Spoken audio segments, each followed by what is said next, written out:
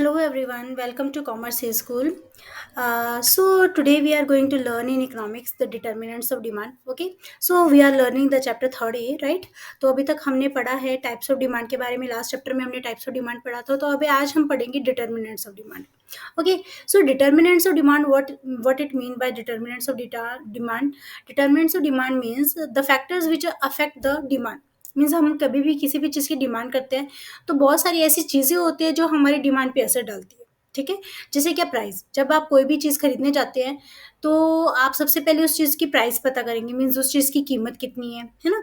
तो अगर वो चीज़ थोड़ा कम प्राइस में मिलेगी तो हम उसकी ज़्यादा डिमांड करेंगे, और अगर ज़्यादा प्राइस में मिलेगी तो हम ऑब्वियसली कम डिमांड करेंगे, राइट. तो ये इसी तरीके से हम बहुत सारे फैक्टर्स हम स्टडी करेंगे. ठीक है, सो लेट्स स्टार्ट. तो determinants of the demand of the goods is determined by the following factors. Means हमारे जो गुड्स हैं, मीन्स जो हमारे जो कमोडिटीज़ हैं, जो प्रोडक्ट्स हैं, उसकी डिमांड के ऊपर बहुत सारे फैक्टर्स का इफेक्ट होता है. वो कौन कौन से फैक्टर्स हैं हम वो पता करेंगे. चलो स्टार्ट करते हैं. तो फर्स्ट फैक्टर है प्राइस. प्राइस मीन्स किसी भी चीज़ की कीमत, राइट.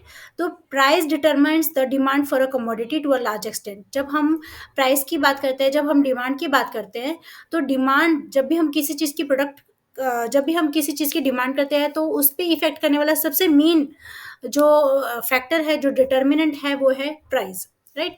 तो प्राइस डिटरमाइन करता है the price determines the demand for a commodity और लार्ज एक्सटेंट. प्राइस जो है वो किसी भी चीज़ की डिमांड पे एक बहुत बड़ा असर डालता है.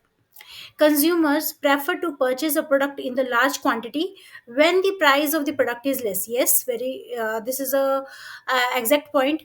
Means consumer जो है वो prefer करते हैं किसी भी प्रोडक्ट को परचेस करने के लिए लार्ज क्वांटिटी में.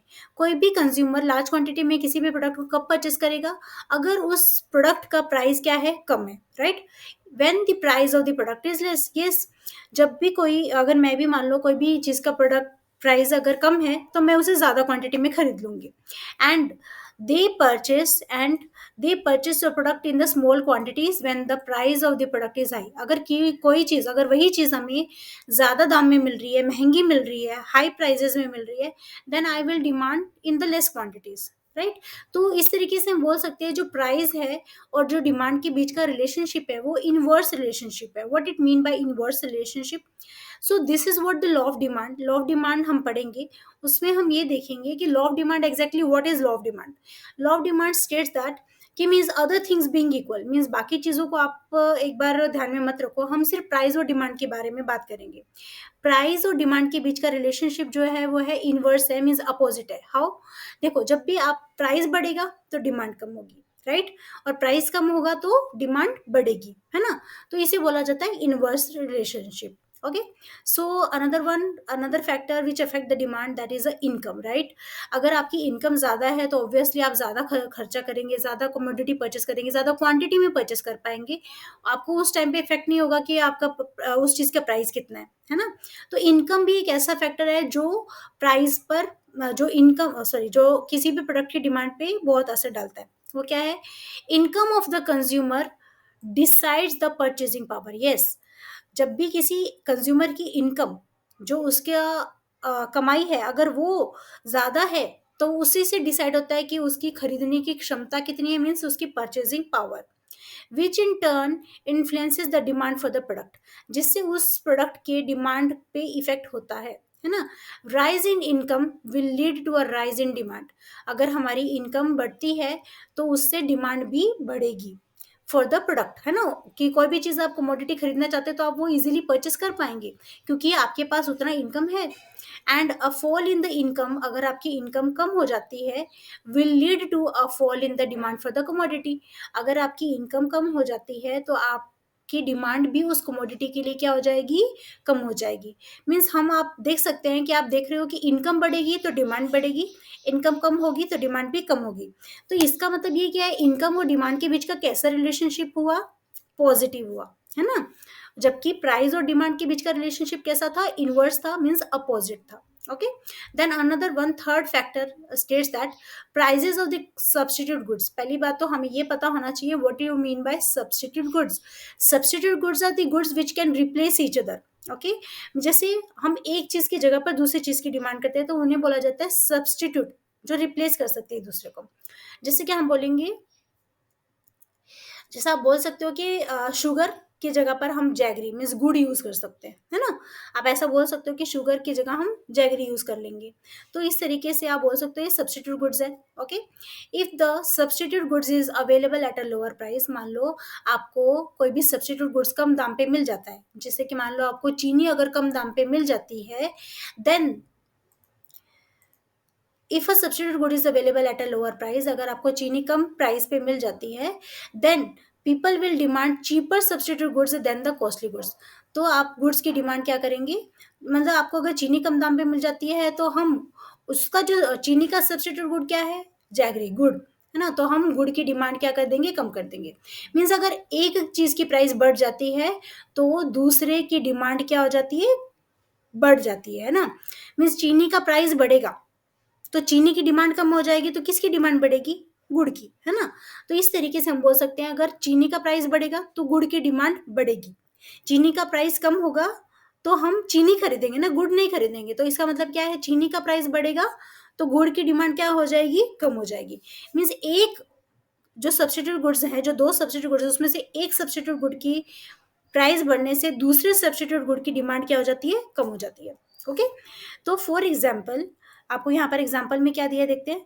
For example, if the price of the sugar rises, अगर शुगर का प्राइस बढ़ता है, then the demand for the jaggery will rise. Yes, exactly what I was saying, कि मतलब अगर आपका शुगर का प्राइस अगर आपका बढ़ जाता है ना? शुगर का प्राइस अगर बढ़ेगा तो हम शुगर की डिमांड नहीं करेंगे, तो हम किसकी डिमांड करेंगे, हम जैगरी की डिमांड करेंगे। इनडायरेक्टली वी कैन से कि if the prices of the sugar rises then the demand for the jaggery will rise. Okay, तो मतलब प्राइस सब्स्टिट्यूट गुड्स की प्राइस और दूसरे सब्स्टिट्यूट गुड की डिमांड, है ना, उसमें कैसा रिलेशनशिप है, पॉजिटिव।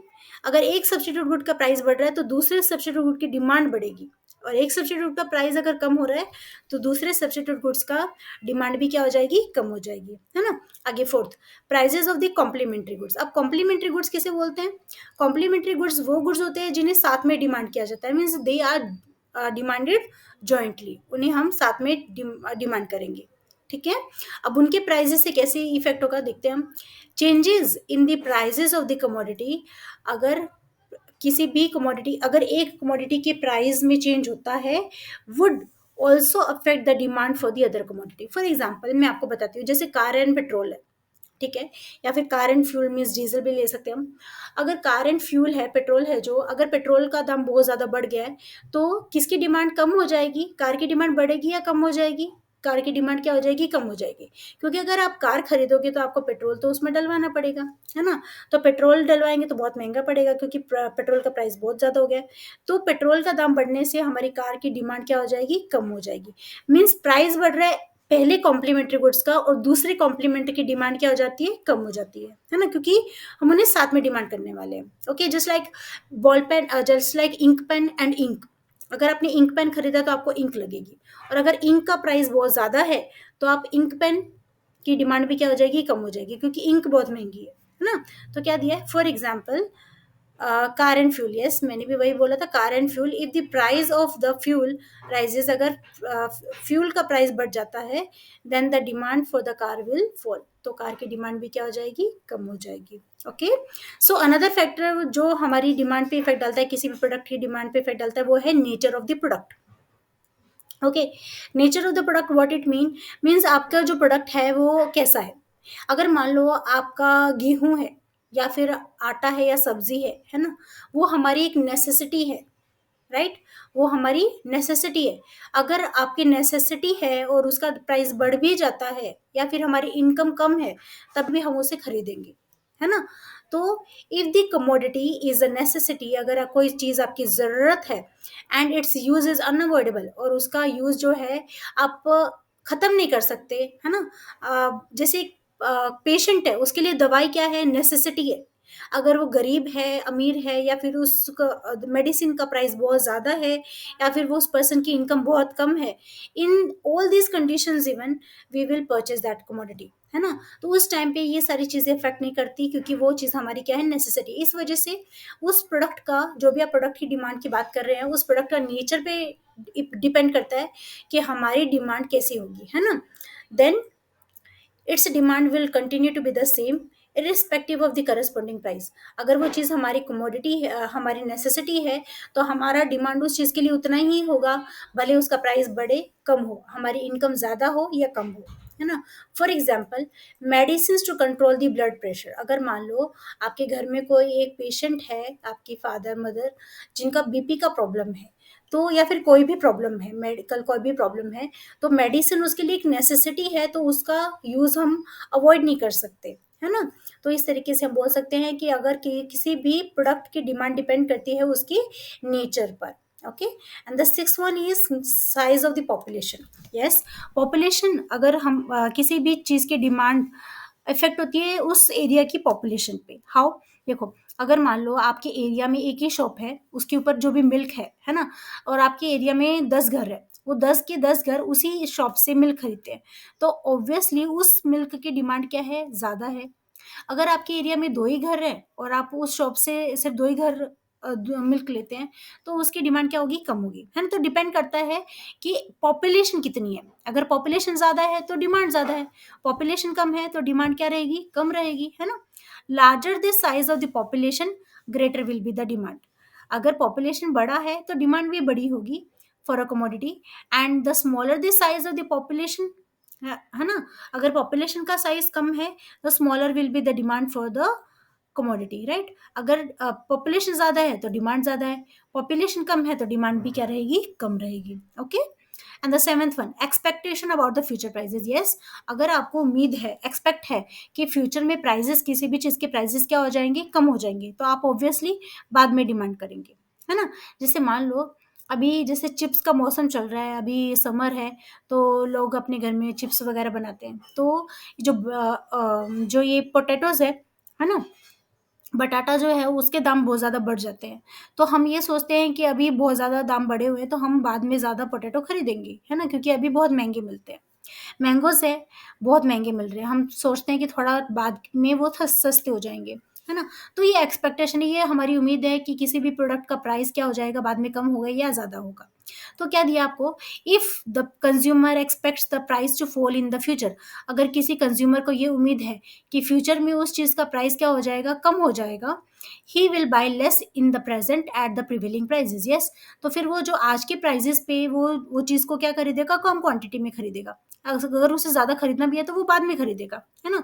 सिमिलरली इसी तरीके से हम बोल सकते हैं कि अगर इफ ही एक्सपेक्ट्स, अगर वही पर्सन ये उम्मीद रखता है the prices to rise in the future, उस प्रोडक्ट का प्राइस फ्यूचर में बढ़ जाएगा, he will buy more in the present at the prevailing price. तो वो आज के दाम में, आज के टाइम में, वो आज के प्राइस पे वो ज़्यादा खरीदेगा, क्योंकि उसे लगता है कि फ्यूचर में उस चीज़ का प्राइस बढ़ जाएगा, है ना। आगे eighth one, advertisement. Yes, advertisement demand पे बहुत इफेक्ट डालती है। कैसे? बहुत सारी चीज़ें कंज्यूमर्स ये देख के लेते हैं कि टीवी पे दिखाया जा रहा है, उसे ऑनलाइन नेट पर दिखाया जा रहा है ना। तो कंज्यूमर का ये एक टेंडेंसी है कि वो ज़्यादा कन्विंस हो जाता है उस चीज़ से कि ये चीज़ बहुत बेस्ट है, हालांकि वो ना हो भले, है ना। तो advertisement makes a great effect on the demand of any product. तो एडवर्टाइजमेंट हो, सेल्स प्रमोशन स्कीम बोलिए, एंड द इफेक्टिव सेल्समैनशिप बोलिए, tends to change the preferences of the consumer. इससे कंज्यूमर का प्रेफरेंस चेंज होता है। Okay, and lead to demand for the many product. और हम बहुत सारे प्रोडक्ट की डिमांड सिर्फ किसी एडवर्टाइजमेंट को देख के भी करते हैं। Okay, and for example cosmetics से आप देखते हैं, फेयर एंड लवली की एड दिखाते हैं, मीन्स अचानक से, है ना, ग्लो आ जाता है फेस पर। तो ये सारी चीज़ें हमें एक कन्विंस करने के लिए दिखाई जाती है, और हम उस प्रोडक्ट को खरीदने के लिए मार्केट में श्योरली जाते हैं, है ना। और टूथब्रश है, तो बहुत सारी चीज़ें ऐसी है जिसको जिसको हम एडवर्टाइजमेंट की वजह से खरीदते हैं। Okay, so ninth one, taste habits and fashion. Yes, taste habit and fashion, देखो बहुत सारी चीज़ें की डिमांड उस पे भी डिपेंड करती है कि आपका टेस्ट कैसा है। किसी किसी पर्सन को चाय बहुत पसंद होती है, तो वो ऑब्वियसली चाय पत्ती हो या चीनी हो, महंगी भी हो जाए तो भी वो खरीदेगा, क्योंकि उसका वो टेस्ट बन चुका है। किसी चीज़ के लिए वो किसी पर्सन के लिए वो चीज़ हैबिट बन चुकी है। जैसे कि चॉकलेट्स खाना, है ना, जैसे बहुत सारे लोग हैं तो वो चॉकलेट्स बहुत खाते हैं, जस्ट लाइक मी, मैं बहुत सारी चॉकलेट्स खाती हूँ, तो मैं कभी भी कोई भी चीज़ मार्केट में खरीदने जाती हूँ तो मैं साथ में चॉकलेट्स गारंटी खरीदती हूँ। सो मीन्स बहुत सारे लोग ऐसा तरीके से करते हैं, तो ये हमारी हैबिट बन जाती है, this is a part of the habit. हम उस चीज़ की डिमांड गारंटी करेंगे, प्राइस से कोई इफेक्ट नहीं होगा उस टाइम पे हमें ना। तो ये भी एक फैक्टर है जो किसी भी चीज़ की डिमांड पर इफेक्ट डालती है, फैशन है ना। तो क्या दिया इन्होंने यहाँ पर, देखते हैं हम। Taste and habits of the consumer influence the demand for a commodity. किसी भी चीज़ की किसी भी पर्सन के टेस्ट पर, किसी भी पर्सन के हैबिट पर भी डिपेंड करता है कि वो उस कमोडिटी की डिमांड कैसे करता है। If the consumer likes to eat chocolate, अगर किसी कंज्यूमर को चॉकलेट पसंद है, या फिर और कंज्यूम्स द टी, अगर वो रेगुलरली चाय पीता है ना, he will demand more of them, तो वो उसकी डिमांड ज़्यादा करेगा, है ना। Similarly when new fashion hits the market, अगर मार्केट में कोई नया फैशन आया है, जैसे कि अब प्लाजो आए थे, है ना, तो सब गर्ल्स प्लाजो पहनती थी, या फिर गरारा है, ये शरारा है ना, ये सब चीज़ें एक फैशन का पार्ट है। तो जैसे ही आया तो सब लोगों ने वो पहनना शुरू कर दिया, मार्केट में उस चीज़ की डिमांड बढ़ गई, है ना। The consumer demand that particular type of the product, तो कंज्यूमर उस चीज़ की डिमांड गारंटी ज़्यादा हो जाती है। If the commodity goes out of the fashion, अगर कोई चीज़ फैशन में से आउट हो जाती है, देन सडनली, अचानक से, the demand for that product tends to fall. Fashion market में चेंज होता रहता है, कभी तो नया फैशन आ जाता है तो सब लोग उसे खरीदेंगे, फिर वो आउटडेटेड हो जाता है, पुराना हो जाता है, तो सब लोग उसकी डिमांड कम कर देते हैं, तो उस पे उससे भी फर्क पड़ता है उस चीज़ की डिमांड पर, है ना। आगे 10th वन क्या है, level of taxation. Yes, taxation plays a very important role in the price of any product. किसी भी प्रोडक्ट की प्राइस पर किसका रोल रहता है, टैक्स का। अगर मान लो कोई चीज़ कम दाम में मिल रही थी, लेकिन अब उसके ऊपर टैक्स लगने लगा, तो वो चीज़ महंगी हो जाएगी, तो प्राइस एक तरह से उसका चेंज हो जाएगा, है ना। तो हमने जैसा प्राइस में पढ़ा था, प्राइस और डिमांड के बारे में पढ़ा था। High rate of taxes on the goods and services would increase the price of the goods and services. अगर टैक्सेस हाई रेट से लग रहे हैं किसी भी गुड्स या सर्विसेज पर, तो उससे उस गुड्स या सर्विसेज का प्राइस भी क्या हो जाएगा, चेंज हो जाएगा। और अगर प्राइस बढ़ जाएगा तो हमारी डिमांड क्या हो जाएगी, कम हो जाएगी, है ना। This in turn would result in decrease in demand for the goods और the services and vice versa in the sense, अगर कोई किसी चीज पर लगने वाला टैक्स कम हो जाता है, पहले टैक्स ज्यादा लगता था, वो महंगी मिलती थी, लेकिन अभी उस चीज पर लगने वाला टैक्स कम हो गया, तो वो चीज़ ऑब्वियसली सस्ती हो जाएगी। तो सस्ती हो जाएगी मीन्स कम प्राइस में मिलेगी, तो हमारी डिमांड उसके लिए क्या हो जाएगी, बढ़ जाएगी, है ना। एंड द अनदर फैक्टर्स, कुछ अदर फैक्टर्स भी बताए जो आपको एक्सप्लेन नहीं किए, तो उसमें से एक फैक्टर है क्लाइमेट कंडीशंस। यस, अभी देखो, अगर मान लो गर्मी के मौसम में बारिश पड़ रही है, बारिश के मौसम नहीं होते हुए बारिश आ रही है क्लाइमेट कंडीशन की वजह से, है ना। बारिश आ रही है, बारिश आने से फिर फसलें खराब हो जाएंगी, सब्जियां महंगी हो जाएंगी फ्यूचर में जाके, है ना। तो इन सारी चीज़ों से भी हमारे प्रोडक्ट की डिमांड पे इफेक्ट होगा। Changes in technology, yes, technology की वजह से बहुत चेंज होता है। अभी मान लो आए दिन नए मोबाइल आते हैं, आपने आज कोई नया मोबाइल खरीदा, कल कोई नया मोबाइल आ जाएगा उसी ब्रांड का, है ना, एक वर्जन बढ़ जाएगा। तो हम हमेशा ये सोचते हैं कि मैं आज ये मोबाइल ना खरीद के आने वाला कोई मोबाइल है वो खरीदूंगा। टेक्नोलॉजी चेंज होती है, उसकी वजह से भी हमारी डिमांड चेंज होती है। Government policy time to time policy change करती रहती है किसी भी प्रोडक्ट एंड सर्विसेज पर, तो उसकी वजह से भी हमारी डिमांड क्या होता है, इफेक्ट होता है। एंड द फोर्थ वन, जो अदर फैक्टर्स में हम पढ़ रहे हैं वो है कस्टम्स एंड ट्रेडिशंस। कुछ कुछ हमारे त्योहार होते हैं, कल्चर है, उस पर भी डिपेंड करता है कि हमारे किसी चीज़ के लिए डिमांड कैसी है। ओके, सो इस तरीके से हम देखते हैं कि ये सारे हमारे फैक्टर्स है डिमांड के, and this is a most important question in exam. ये एग्जाम में गारंटी आता है, 12th स्टैंडर्ड के बोर्ड एग्जाम्स में ये गारंटी क्वेश्चन आएगा ही आएगा।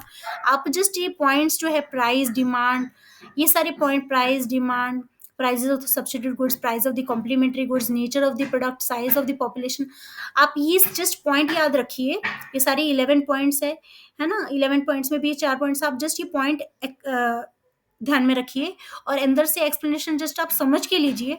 आई होप मेरा समझ में आया होगा, और आप जस्ट समझ के लीजिए और खुद से एक्सप्लेन करिए, ठीक है। No need to learn all this means explanation, आपको ये सारी एक्सप्लेनेशन लर्न करने की जरूरत नहीं, जस्ट आप इसे समझ के लीजिए और खुद इसे लिखिए, ठीक है। आपको कोई भी डाउट हो तो आप जस्ट मुझे कमेंट सेक्शन में बताइए, I will make the video on that, okay. और अच्छे से तैयारी करिए, हमें 12th स्टैंडर्ड में अच्छे स्कोर करने हैं, ठीक है। तो मैं आपका सारा बुक कवर करूंगी, ओके। सो आप जस्ट चैनल को सब्सक्राइब करिए ताकि आपको मेरे सारे अपडेटेड लेक्चर्स के वीडियोस मिलते हैं।